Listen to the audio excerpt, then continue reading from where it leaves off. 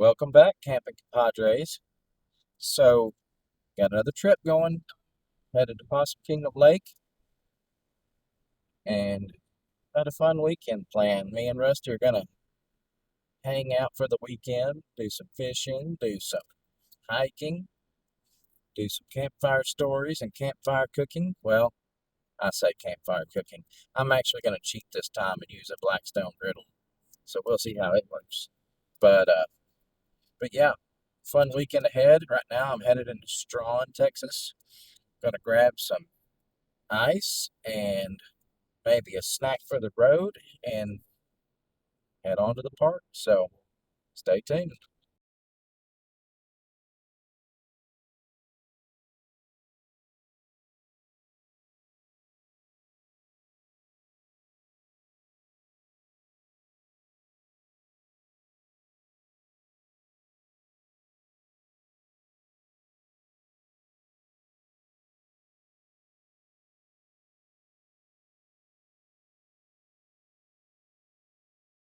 Alrighty, guys. Well, we're here. Site number 86. Let's take a look. As you can see, it's pretty wild looking. A lot of cedars and just some pretty wild country. Got a picnic table, a fire pit, and a water spigot right over here. And then that's it. Probably put the tent right there, I guess. But there's something else I want to show you that's going to be new to this trip. Alright, so follow me. And as you can see, Rusty was kind of running around like a madman. I'll show you Rusty here in a little bit, but check this out.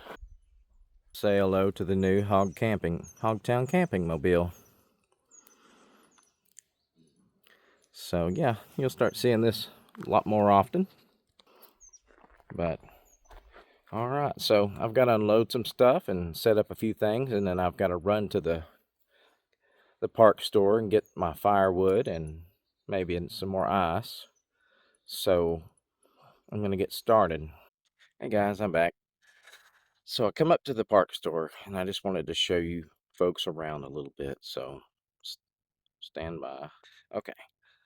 So here is Possum Kingdom Lake. Look how pretty that is. Nice and blue looking water. Up in this area of the park is where you've got your lodging and your shelters and stuff like that. You have a little playground, basketball court, more cabins out that way. They also rent canoes and other watercraft here. But yeah, really cool store here. I'm gonna go in here and buy some firewood, I guess, and get back to camp. Well, here we are. So camp is for the most part set up, so I'm gonna give you a tour. As you can see, this is where I put the tent. There is not one level spot on this whole campsite, so I'm just gonna have to make do. Got our fire for the night.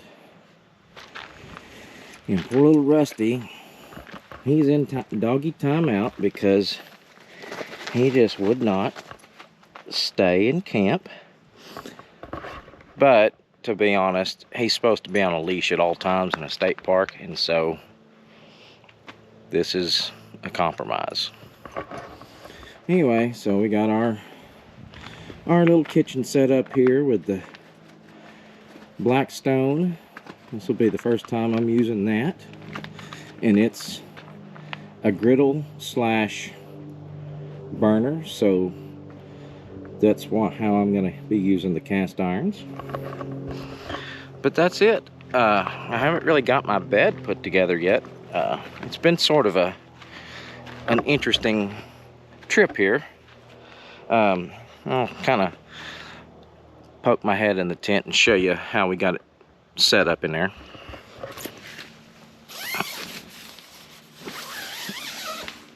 Alright, so got my cot. It pretty much takes up the whole back side of this tent. And then I got this little table here so that I can put my buddy heater if I use it. And I've got a tablet I'm going to use later when it's bedtime to watch a couple spooky movies. And of course, Rusty's little dormitory down there. But yeah, that's it. Simple camp for tonight's dinner. I'm gonna cook a nice ribeye steak with some bacon. Gonna dice up some bacon and cook it in the cast iron, and then cut up some asparagus to saute with it. But right now I'm about to have me a beer, and just kind of hang out. Like I say, I'm kind of tired. I got to this park about 2 o'clock. I was trying to get here earlier. I wanted to get here about 11 o'clock and try to get in early so I could do some hiking, walking around the park, and I just did not get stuff loaded and get away from home fast enough. So the plan has changed, but it's never a good camping trip if something doesn't go wrong. Also, I forgot my sandals, so I had to go buy some at the park store, which, yeah, I won't forget them again. Anyway, it's a nice afternoon. It was in the 80s here. Well, I take that back. It was like 81, so barely in the 80s. But the tent I'm using, this is a new tent, and let me show you. So it is called the One Tigress Jovian, and it's a 4-person tent, a little bit smaller than the one I was using the last trip, and I like that tent a lot, but it's just so big for me alone to put up. And so I got this one.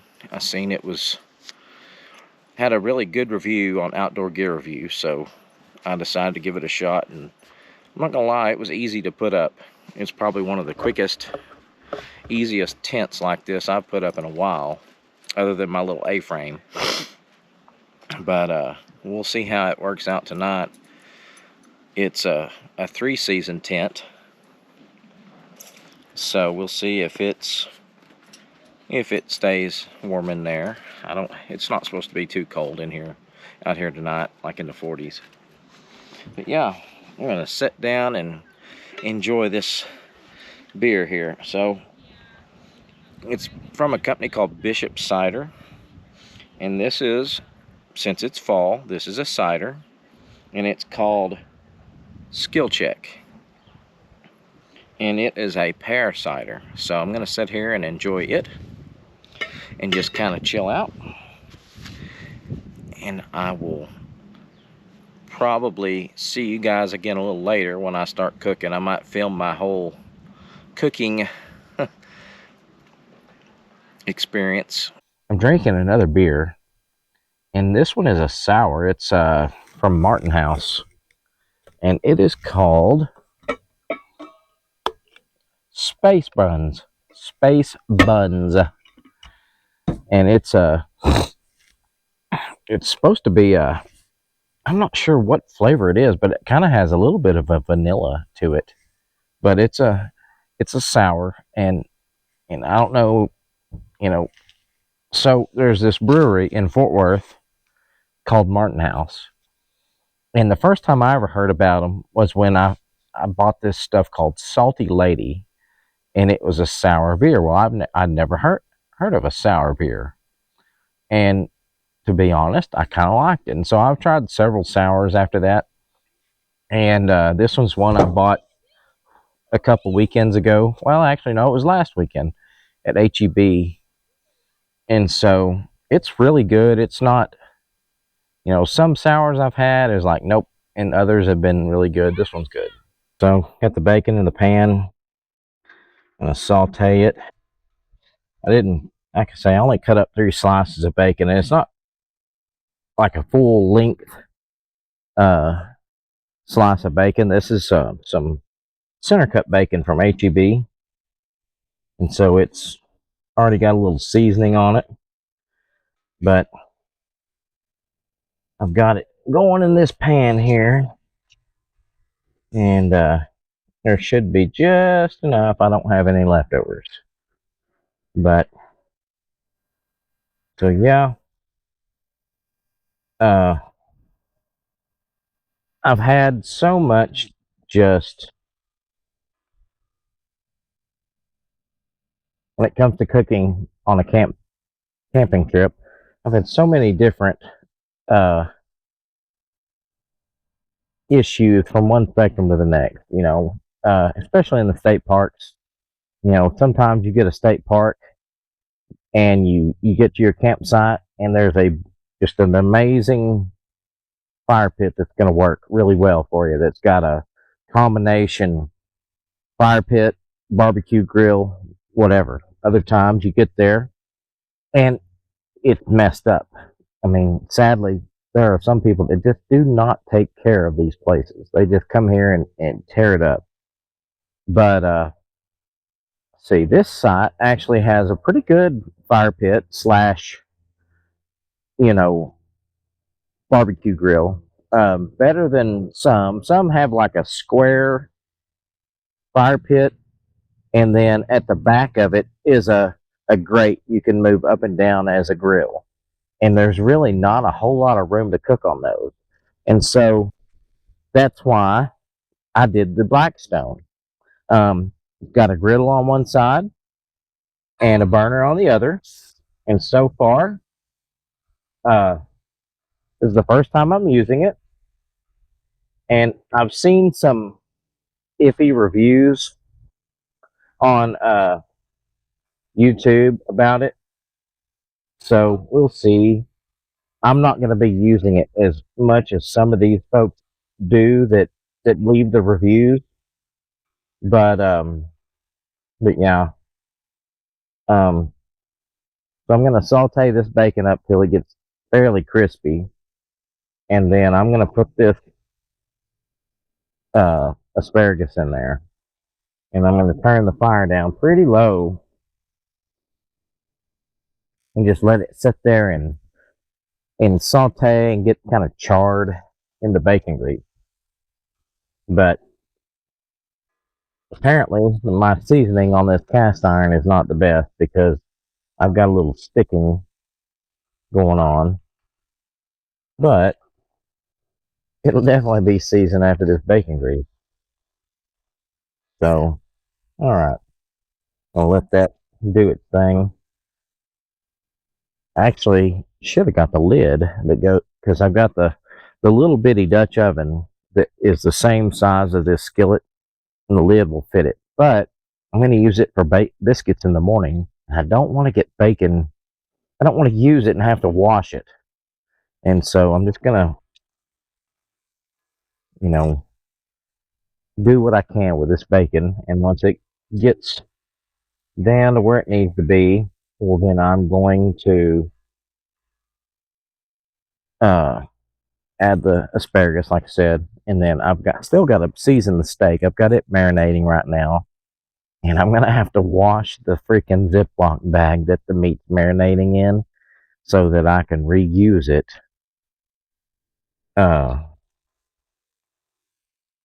Well, no, yeah, I'm going to have to reuse it to store the bacon in once it goes back into the cooler. Anyway, I'm going to let this saute. So I'm back with the steak. The griddle's getting nice and hot. But look at this. This is a nice ribeye steak. And we're going to try to cook it to about a medium rare.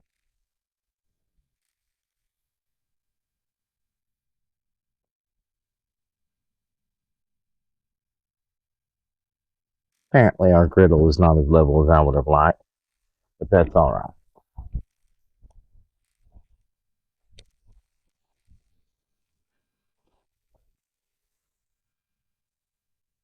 we're going to put it on there anyway.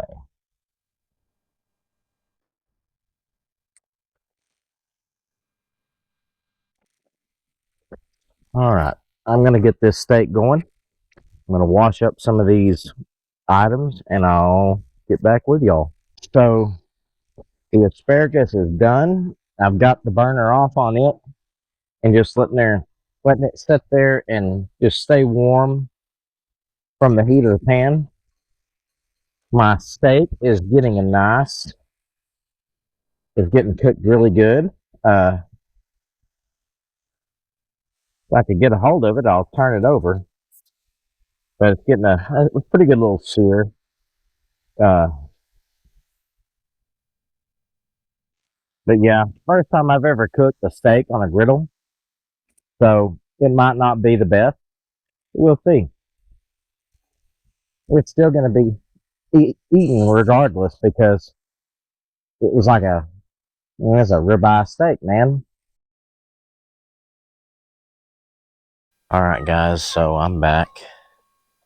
Got the fire going. I'm sitting here smoking a cigar. And this one is called a Black Label Orthodox cigar. It's a dark wrapper. And it had sort of a little doodad up here at the top. And I almost couldn't cut it. I had to use my pocket knife. My little punch cutter wouldn't do it because it had that little nub at the end. But it's pretty good so far. I've had it in the humidor for probably, I don't know, a couple weeks, and thought tonight would be a good night to smoke it. It's a very neat label on the cigar. It's I bought several of the Black Label cigars. One of them's called Orthodox, and that's this one.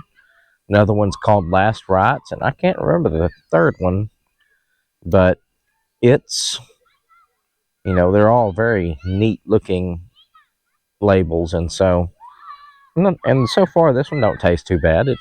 It's a dark wrapper, so it's a little bit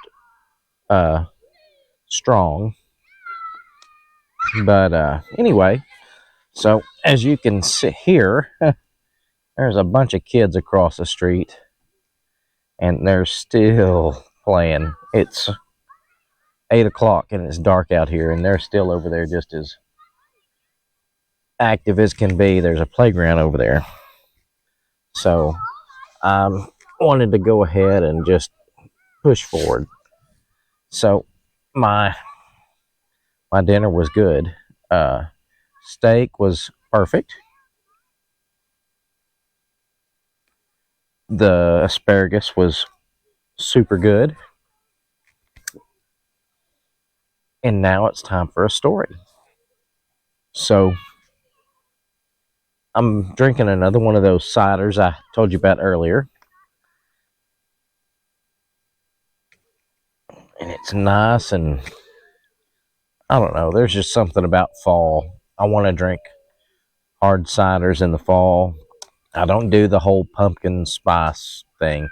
Although Angry Orchard makes a pumpkin flavored hard cider that is actually really good. But so let's get into this. So some of you might have heard of a band called the Toadies. They have a song called, well, let me back up. All right, so Possum Kingdom has a place called Hell's Gate. And it's out in the middle of the lake. There's these two cliffs that come together with a gap in between. And I want to think people can actually get on top of those cliffs and jump off into the water. The water is pretty deep there. And there's some folklore tied to those cliffs. One of the stories was that the Indians, I believe, would make the, fur traders and people in the area that were not supposed to be here, they'd make them jump off of those cliffs, give them a choice either to die or jump off the cliff. I don't know if that's true or not, but so there's a story. Whether it's true or not, I don't know, but it's an urban legend around here. And basically, long story short, there's a guy that was around this lake, and he was going around and kind of spying on people. And one night he comes across this woman, and he just decides he's going to I don't know how to really put it. Basically, he wants her. And so he stalks her. He finally gets her alone behind this boathouse, and he's going to make her his bride, whether she likes it or not. And needless to say, bad things happen. She's never seen again. But here's the thing. It's not true. That's the lyrics to a song by the band called the Toadies. They wrote called Possum Kingdom. And this lake inspired it. But that never happened. But the deal with the men having to jump off the cliffs of Hell's Gate, that is legitimate folklore tied to this place. I tried to do some research to see if there was any other paranormal or creepy stories about this joint. No, couldn't find any good ones. I did find out, though, that there are supposed to be alligators in this lake. And I've been here so many times over the years, I never would have guessed. So, who knows? Maybe we'll see a gator. But, it's a good cigar, really. It's not lasting me as long as I'd like, but it's a good cigar. But anyway, so I'm going to talk to you guys about, I've mentioned this podcast before on other videos, but it's called What Lurks Beneath, and it's a YouTube channel. The guy's name is Josh, and gosh, don't ask me to repeat his last name. It's very, it's not hard to pronounce. It's just very unique, and I can't remember exactly. Anyway, Josh is the host of this channel,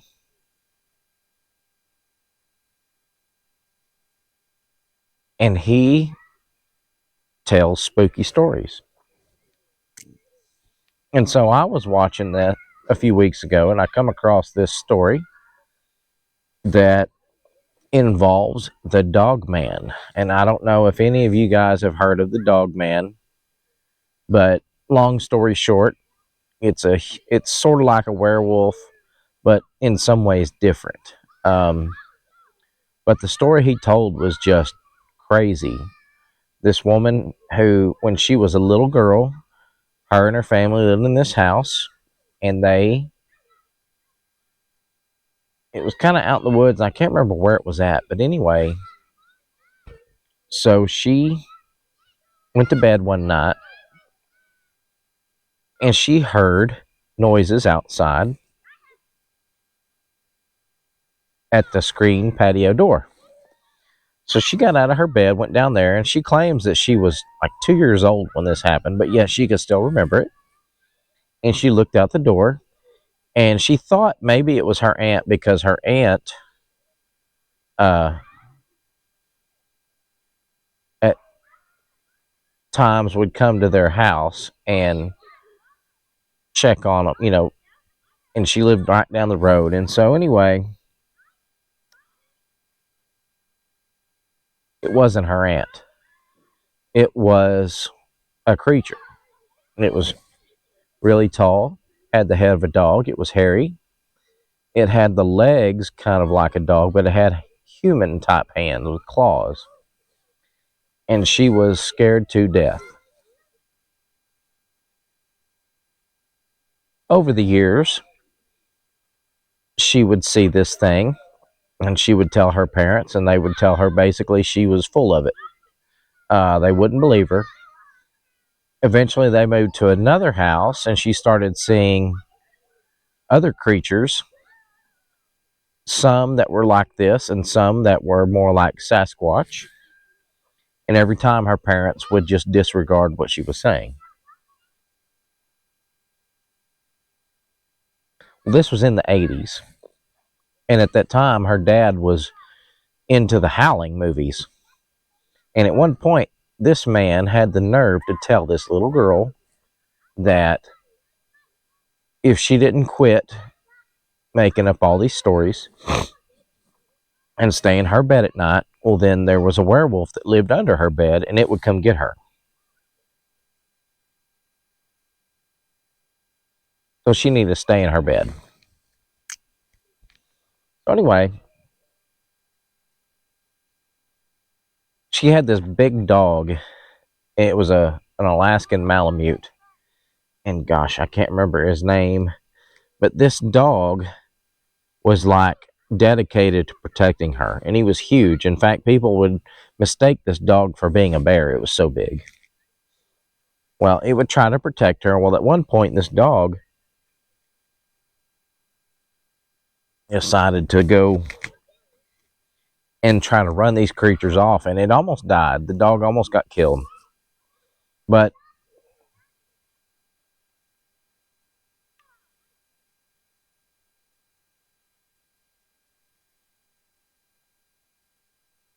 my cigar is trying to go out. Anyway, but despite the dog's injuries, it survived a little while longer. But he was never the same. His name was Keo. That's what it was, Keo. So anyway, this lady's seen these creatures throughout her younger years. Eventually, she got older, had kids of her own, and she would... I'm gonna have to relight my cigar. It's going out on me.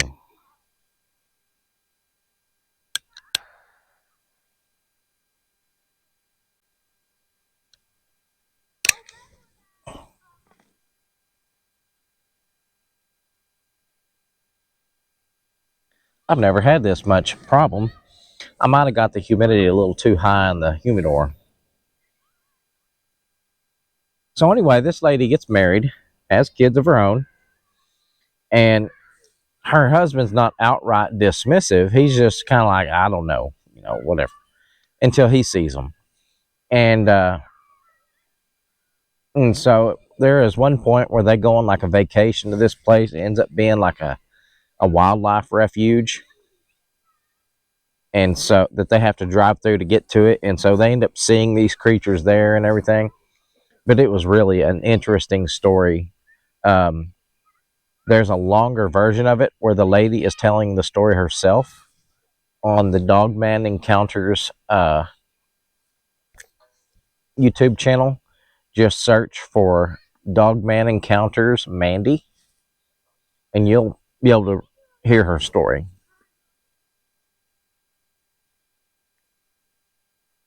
Anyway, that's the story for tonight. I don't know if I'm going to do one tomorrow. My friend might come up and hang out with me. If not, I'm just going to hang out by the fire in the evening. But during the day, I'm going to try to do some hiking that I didn't get to do today. Looking for some geocaches. I want to try to do some fishing. I did bring my fishing stuff. But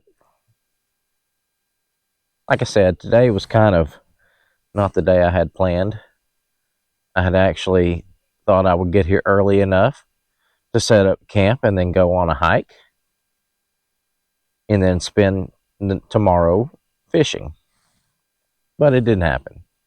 So it is what it is. I might check back in with you guys before I go to bed. But until then, I'm going to sit here at this fire. I'm going to enjoy my cider. I'm going to enjoy my cigar. And I'll see you guys soon.